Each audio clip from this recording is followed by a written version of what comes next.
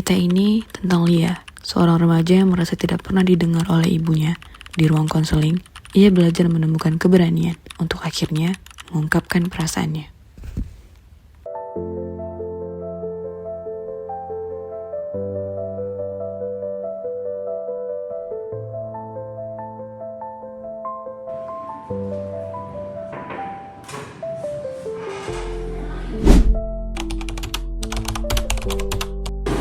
Jadi klien kita sudah menunggu di depan. Silakan masuk dia.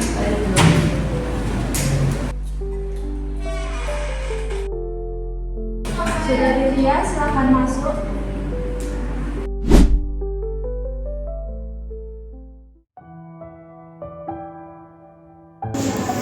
Silakan masuk. Silakan duduk. Kamu di sini aman, nggak ada yang menghakimi kamu di sini. Terima kasih sudah datang. Saya tahu pasti butuh keberanian kan datang ke sini. Jadi apa sih yang membuatmu datang ke sini, Lia? Aku datang ke sini tanpa izin ibu. Jadi apa yang kamu rasakan saat memutuskan datang ke sini tanpa kasih tahu ibu? Kalau ibu tahu, pasti marah. Belakangan, apapun yang aku lakukan selalu salah. Jadi kamu takut dengan reaksi ibu dan kamu merasa kayak nggak ada ruang untuk berbuat benar. Iya, kadang aku bingung, salah aku apa sebenarnya? Ya. Kalau kamu nyaman, bisa ceritakan sama saya apa yang terjadi?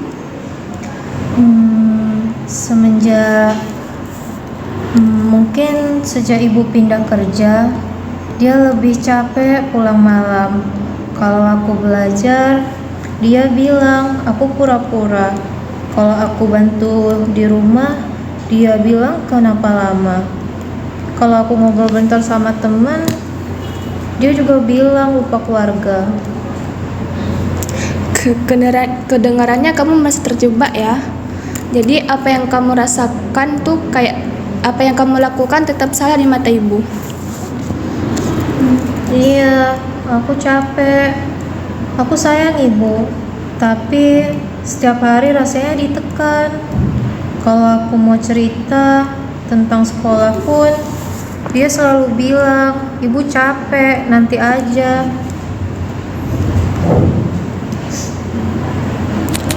Oke, nggak apa-apa kamu menangis. Kamu aman, nggak ada yang menghakimimu kok. Kalau kamu bisa menyebutkan apa yang kamu rasakan sekarang, misalnya kayak sedih, kecewa, takut, atau marah. Semua. Aku sedih karena kangen ibu yang dulu. Takut kalau nanti aku bikin ibu tambah kecewa, marah, tapi gak bisa ngomong. Dan aku juga merasa kesepian. Di rumah pun aku sendirian. Kesepian di rumah sendiri. Itu perasaan yang sangat berat untuk anak usia sedini kamu. Aku bahkan gak ingat kapan terakhir kali ibu tersenyum ke aku. Jadi, kamu sayang sama ibu. Tapi kamu merasa kayak kehilangan koneksi ya dengannya. Jadi kamu berusaha bertahan, tapi setiap kali mencoba mendekat, kamu kayak merasa ditolak sama ibu. Iya, itu kayak aku ini cuma pengganggu. Aku ingin kamu dengar baik-baik.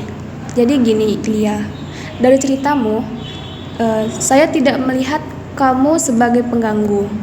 Saya melihat seorang anak yang mencoba mengerti ibunya. Seorang anak yang belajar keras, membantu di rumah, dan masih mencoba bicara walau sering dimarahi. Itu bukan pengganggu. Itu bukti bahwa kamu sudah peduli. Tapi kenapa ibu gak lihat itu? Mungkin bukan karena dia tidak melihat, tidak peduli. Mungkin dia sedang merasa kayak sedang membawa beban yang tidak kamu lihat. Tapi itu tetap tidak menghapus perasaanmu. Perasaanmu tetap valid. Jadi, apa yang paling kamu rindukan dari seorang ibu? Cara ibu dengerin aku. Dulu ibu suka nanya hari-hariku di sekolah. Kami suka masak bareng. Sekarang dia cuma diam atau marah aja. Apa kamu pernah coba bilang ke ibu tentang kerinduan itu? Nggak berani. Takut malah dibilang manja atau cari perhatian sama ibu. Baik, coba kita latihan dulu ya. Gimana kamu bisa ngomong dengan cara yang nyaman dengan ibu.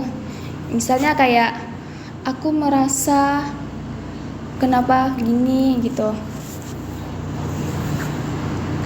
Aku merasa sedih dan sendirian ketika ibu marah tanpa mendengar dulu. Dan aku harap kita bisa ngobrol seperti dulu lagi, walau sebentar. Bagus sekali, Lia. Kalimatmu jujur, lembut, dan gak menyalahkan siapapun. Tapi kalau ibu marah lagi, bagaimana? Itu bisa terjadi, tapi ingat, keberhasilan bukan di reaksi ibu. Keberhasilan ada pada keberanian kamu untuk menyampaikan isi hati. Dan kamu baru saja menunjukkannya itu di sini. Saat ibu mulai merasa marah dan kamu merasa sesak, kamu bisa lakukan ini. Tarik napas 4 detik, tahan 2 detik, buang 6 detik. Itu menenangkan bagian otak yang membuatmu panik. Aku bisa coba. Hari ini kamu sudah melakukan banyak hal penting, seperti mengungkapkan perasaan yang selama ini kamu pendam, menyadari pola konflik dengan ibu, belajar komunikasi yang baik, memahami bahwa kamu bukan beban, dan mengambil langkah pertama untuk menyembuhkan hubungan kalian. Aku belum pernah merasa seringan ini.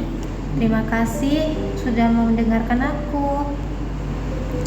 Kamu layak didengar, Lia, dan kamu boleh kembali kapan saja kamu mau. Ruangan ini aman. Terima kasih, Lia. Semoga